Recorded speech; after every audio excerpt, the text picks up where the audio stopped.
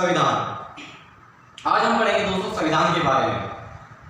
जो वर्तमान में हमारा संविधान है, हम देखते हैं कि हमारे कुछ दायित्व, कुछ अधिकार है, हमें किस प्रकार से मिले, कितना संघर्ष करना पड़ा और इसकी पृष्ठभूमि क्या है। ये सब सवालों के जवाब आज हमें यहाँ पर पता चलेगा। तो मेरे साथ बने रहिएगा। अगर इस चैनल पे आप नए हैं तो चैनल को सब्सक्राइब करिए, क्योंकि आने वाली वीडियो की नोटिफिकेशन आपको मिलती रहेगी। चलिए, तो बात होगी संविधान की। संविधान की परिभाषा क्या होती है? संविधान को अगर हम तोड़ेंगे तो शब्दों में सम प्लस विधान, समान विधान, क्या हो जाएगा इसका? समान विधान या समान विधि। इसका अर्थ क्या है? सभी के लिए समान। संविधान को हम एक दूसरी तरीके से और देख सकते हैं कि नियमों और कानूनों का ऐसा गुच्छा जिसे हम संविधान कहते हैं, जिसके अंतर्गत सामाजिक, राजनीतिक और आर्थिक क्रियाओं का संचालन किया जाता है तथा उनका नियंत्रण किया जाता है। इसके साथ साथ देश के समस्त नागरिकों के हितों की रक्षा भी की जाती है। अगला है, इसकी दशा और दिशा को निर्धारित कर देश के विकास में अहम भूमिका ये निभाता है। चलिए, तो हम देखेंगे संविधान की पृष्ठभूमि। संविधान क्या होता है, संविधान का विकास कहां से हुआ, पहली बार संविधान की अवधारणा कहां आई और संविधान के कितने प्रकार होते हैं। तो संविधान के दो प्रकार होते हैं। संविधान के मुख्यतः दो प्रकार होते हैं। एक होता है लिखित संविधान और दूसरा होता है अलिखित। एक क्वेश्चन यहां और बनता है कि संविधान का सबसे पहला विचार कहां से आया, इसका ओरिजिन कहां से होता है। तो संविधान का जो सबसे पहले विचार है, संविधान जहां पर बना हुआ था ब्रिटेन। संविधान का जन्मदाता ब्रिटेन को कहा जाता है। अब हम देखेंगे यहां पर लिखित और अलिखित संविधान। ठीक है, यहां से सवाल आता है, जैसे सबसे पहला संविधान किसका? लिखित संविधान था। ठीक है, तो अमेरिका का, यूएसए का सबसे पहला लिखित संविधान था और वो सबसे छोटा था, किंतु अब मोनेको हो गया है। देश का या विश्व का सबसे पहला लिखित संविधान अमेरिका का। अगला सवाल है, विश्व का सबसे छोटा संविधान जो कि लिखित है। तो पहले यूएसए था, अब मोनेको हो गया। ठीक है, भारत का संविधान भी कैसा है? लिखित है। ओके, और भारत का लिखित संविधान में सबसे बड़ा संविधान है। विश्व का सबसे बड़ा लिखित संविधान किस देश का है? तो वो है भारत देश का।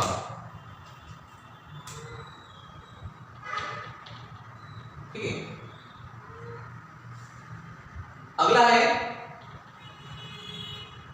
इसमें कुछ सवाल हम और डिस्कस करेंगे। अगला है अलिखित संविधान। ठीक है, लिखित और अलिखित में डिफरेंस क्या होता है? ऐसा संविधान या नियम या कानून जिन्हें कि लिखा गया हो। ठीक है, ऐसे नियम और कानून या कुछ हमारी प्रथा है जिन्हें कि हमने कागज पर हस्तलिखित किया गया हो, लिखा गया हो, उन्हें हम लिखित कहते हैं। और अलिखित संविधान जो केवल मौखिक हो, जो हमारी प्रथा है, जो परंपरा है, उसके अनुसार ये चलता हो, उसे अलिखित संविधान कैसे कहते हैं। तो इसके उदाहरण देखेंगे, किन किन देशों का अलिखित संविधान है। तो ब्रिटेन का है। ठीक है, उदाहरण में कहां का देखेंगे हम? ब्रिटेन का संविधान कैसा है? अलिखित संविधान है। संयुक्त अरब अमीरात, सऊदी अरब का है, सऊदी अरब, इनका भी संविधान कैसा है? अलिखित संविधान है। न्यूजीलैंड का संविधान कैसा है? अलिखित संविधान है। ओके, तो दोस्तों यहां सवाल देखें, किस देश का संविधान लिखित है, किस देश का संविधान अलिखित है। हम संविधान के स्रोत अलग से पढ़ेंगे, किंतु यहां से जो सवाल आते हैं उसको हम डिस्कस करते हुए आगे लेके चलेंगे। चलिए, तो यहां से अवधारणा होती है कि भाई किसी भी देश को सुचारू रूप से चलाने के लिए नियम या कानून चाहिए होता है, जिसे हम भी संविधान कहते हैं। यह किसी भी देश की सर्वोच्च विधि होती है, जिसकी जो सर्वमान्य होती है, जनता के द्वारा निर्वाध रूप से उसको माना जाता है। उसमें कुछ अधिकार दिए जाते हैं आपको और कुछ दायित्व दिए जाते हैं। चलिए, तो हम बात करेंगे भारत की, है ना। हम किसके बारे में पढ़ रहे हैं? भारत का संविधान, कॉन्स्टिट्यूशन ऑफ इंडिया। ठीक है, अब संविधान की पृष्ठभूमि में सबसे पहला जो मोड़ आता है वो आता है 1773 का रेगुलेटिंग एक्ट। लेकिन इसके पहले यहां तक जाने के लिए हमें देखना पड़ेगा कि संविधान के लिए क्या घटनाएं घटी जिसके नाम विवश हुए कि हमें भी संविधान का आवश्यकता पड़ी। ठीक है, तो और हम पर शासन कैसे किस प्रकार किन्होंने किया। तो जैसे हमने किनके कार्यकाल में बनाई थी संविधान सभा, और संविधान का गठन किस प्रकार हुआ तो अंग्रेजों के समय। तो बात करेंगे अंग्रेज शासन। तो अंग्रेज शासन शुरू कहां से होता है तो 1498 में सर्वप्रथम वास्को डी गामा केरल के रास्ते समुद्र के रास्ते भारत में प्रवेश करता है। ठीक है, उसके बाद कई साल मुगल सल्तनत चलती है, किंतु संघर्ष के बाद जो निर्णायक युद्ध दो बिंदु साबित होते हैं जो कि अंग्रेजी सत्ता को भारत में विस्थापित करते हैं। उसमें है पहला बक्सर का पहला युद्ध है प्लासी का युद्ध। प्लासी का युद्ध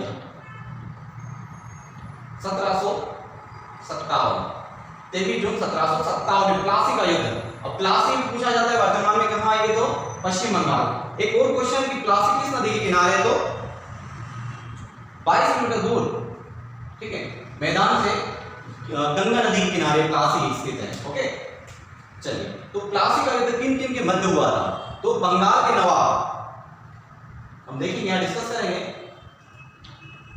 ये जो क्षेत्र था बंगाल, और उस समय था दिल्ली पर मुगल सल्तनत।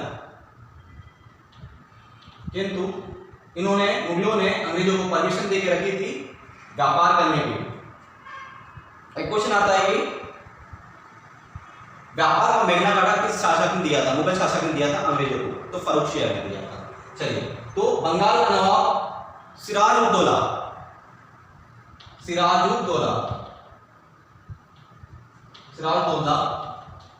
बंगाल का नवाब था, और रॉबर्ट क्लाइव उस समय यहां पर बंगाल के एक व्यापारी के रूप पर गवर्नर के रूप में कार्यरत थे।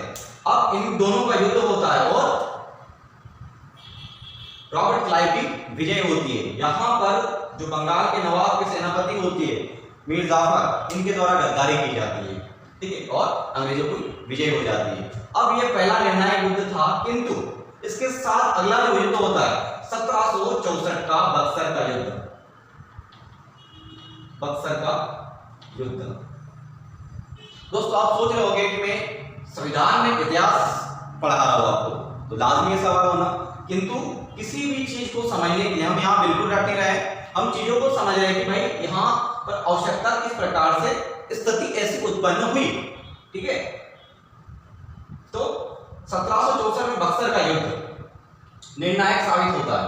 उसमें 3 शासक युद्ध लड़ते हैं, दिल्ली, अवध और बंगाल। ठीक है, अब 1764 का युद्ध पुनः अंग्रेज जीत जाते हैं। ठीक है, उनके पास इतना क्षेत्र आ जाता है। फिर उसके बाद मराठा शासक शिवाजी के समय, शिवाजी के जाने के बाद मराठा सत्ता भी डगमगा जाती है। फिर उसके बाद पहला एक्ट या कानून के रूप में बनकर आता है भारत में 1773 का रेगुलेटिंग एक्ट, जिसका उद्देश्य भारत में एक क्षेत्र विस्तार की नीति को आगे बढ़ाना था। अब इसमें क्या था, जो भारत का ईस्ट इंडिया कंपनी थी, भारत में कौन सी East India company, East India company का गवर्नर होता था। अंग्रेजों का जो आए थे, अंग्रेज केवल व्यापार के उद्देश्य से आए थे, किंतु धीरे धीरे उनकी शासन करने की लालसा बढ़ती चली गई और भारतीयों पर, क्योंकि भारतवासी क्या है आपस में झगड़े करते हैं, इन फायदों इसका लाभ किसने उठाया, अंग्रेजों ने। फुट डालो शासन करी नीतियों की नीति के तहत। तो पहला एक्ट या कानून बनकर आता है 1773 में रेगुलेटिंग एक्ट, जिसमें गवर्नर का पद, बंगाल के गवर्नर का पद बंगाल का गवर्नर जनरल कर दिया जाता है, जिसमें मद्रास और मुंबई प्रेसिडेंसी उसके अंदर में दी जाती है। फिर अगला आता है ईस्ट इंडिया एक्ट 1784 में। अब ईस्ट इंडिया एक्ट का उद्देश्य क्या था, बोर्ड ऑफ कंपनी का निर्माण करना, क्योंकि 1773 में इन्होंने एक्ट दिया, किंतु ईस्ट इंडिया कंपनी पर ब्रिटेन की जो संसद है या क्राउन है, शासक, को इसके अधीन करना था। ठीक, फिर आता है 1833, इसके अलावा बहुत सारे आए, लेकिन हम जो आए भी हैं वो देख रहे हैं। 1833 का एक्ट, ठीक है, यह भारत की शिक्षा पद्धति में, ठीक है, एक सुधार भी कहा जाता है। और इसमें सबसे महत्वपूर्ण होता है कि भारत जो पहले बंगाल का गवर्नर जनरल था, ठीक है, इसमें एक सवाल आता है कि 1773 में बंगाल का गवर्नर जनरल किसे बना गया? तो Warren Hasting, Warren Hasting Bengal के पहले गवर्नर जनरल।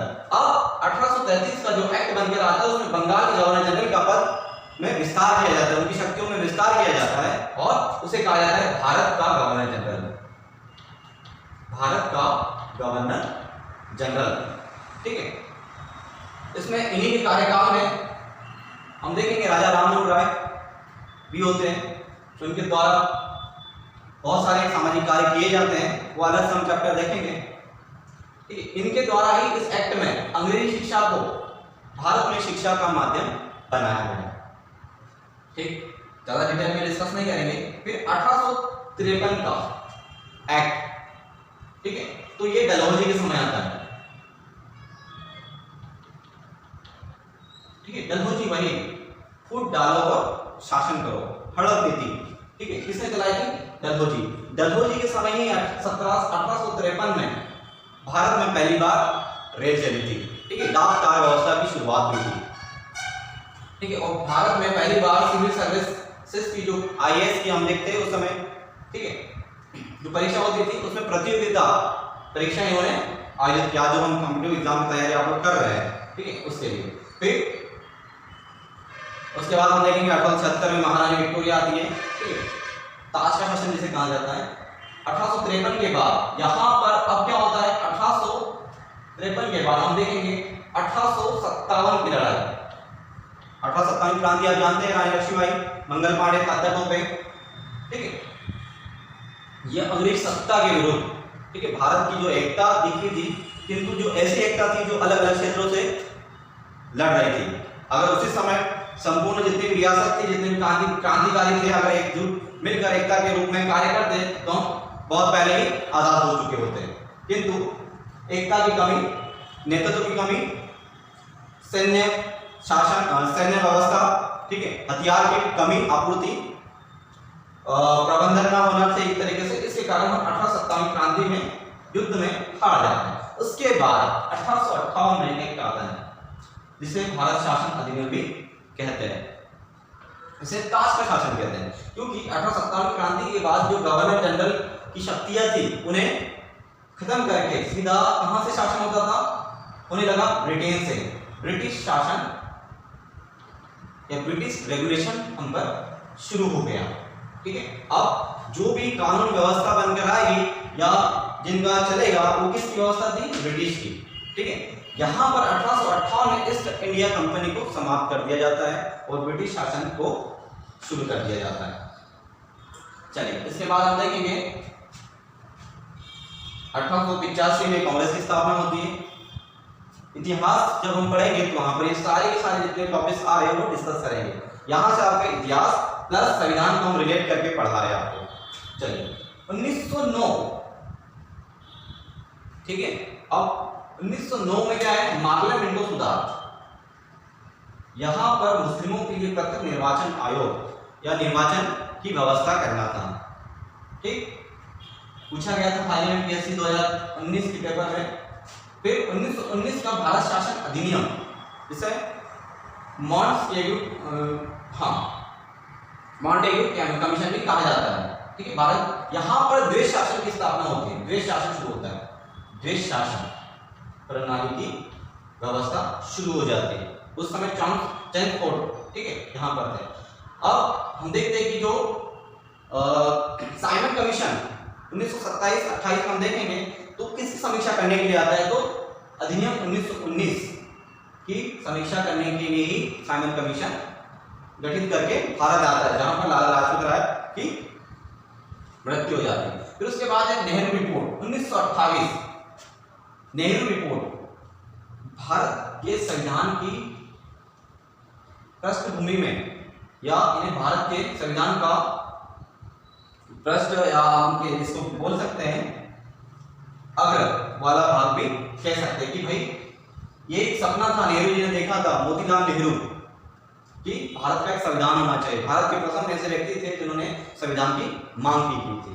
फिर 1935 का भारत शासन अधिनियम, यहाँ पर अंग्रेजों द्वारा एक संघीय व्यवस्था स्थापित करना था, जिसका मूल उद्देश्य था सारी शक्ति सेंटर की ओर, केंद्र की ओर हो जाए और प्रांतों में स्वायत्त शासन की व्यवस्था शुरू कर दी जाए। यहाँ पर सर्वप्रथम मताधिकार की व्यवस्था भी कर दी जाती है, अधिकार दिया जाता है। भारत के संविधान में लगभग 70% एज इट इज कॉपी किया गया है 1935 का भारत शासन अधिनियम, ठीक है। उसके बाद हम देखेंगे जो निर्णायक रूप में या वास्तविकता में संविधान उभर कर आता है इतने दिनों की लड़ाई संघर्ष के बाद 1946 में कैबिनेट मिशन भारत आता है। अब कैबिनेट मिशन भारत कैसे आया? तो 1939 से 1944-45 तक सेकंड विश्व युद्ध चल रहा था। अब सेकंड विश्व युद्ध में कई सारे राष्ट्र इसमें संघर्ष कर रहे थे, ओके। तो जैसे ही विश्व युद्ध खत्म होता है तो इनके द्वारा यहाँ का जो ब्रिटेन के प्रधानमंत्री थे वो चेंज हो जाते हैं, क्लीमेंट एटली आते हैं और उनके द्वारा समीक्षा की जाती है कि ये युद्ध का कारण क्या है। तो उसमें निकल कर आता है कि उपनिवेशवाद, ठीक है, क्षेत्र विस्तार की नीति। तो इन्हें क्षेत्र विस्तार की नीति को त्याग कर भारत को स्वतंत्र करने के लिए कहा गया। किंतु भारत स्वतंत्र होगा तो अपनी व्यवस्था कैसे चलाएगा, कैसे चला पाएगा? तो उसके लिए एक विधि या कानून की व्यवस्था होनी चाहिए। तो 1946 में 3 सदस्यीय कैबिनेट मिशन भारत आता है, जिसके अध्यक्ष थे पैट्रिक लॉरेंस, अभी अलेक्जेंडर सदस्य थे और, ठीक है। तो इनमें 3 सदस्यीय गठन होता है और जो कि भारत में भारतीय राजनीतिक जो दल थे उनसे चर्चा करते हैं, विचार विमर्श करते हैं और रियासतों से बैठक कर उसमें सहमति के लिए इनका गठन किया जाता है। किसी प्रकार से भारत का एक संविधान होना चाहिए जिसके अकॉर्डिंग वो अपना रूल और रेगुलेशन चला सके। तो दोस्तों यहाँ तक का सफर था। अब यहाँ से शुरुआत होती है संविधान सभा के निर्माण की, ठीक है, कि संविधान सभा का गठन, प्रारूप समिति, संविधान सभा के प्रथम अध्यक्ष, ठीक है। इन सभी सवालों के जवाब हम नेक्स्ट पार्ट में देखेंगे। चलिए, थैंक यू।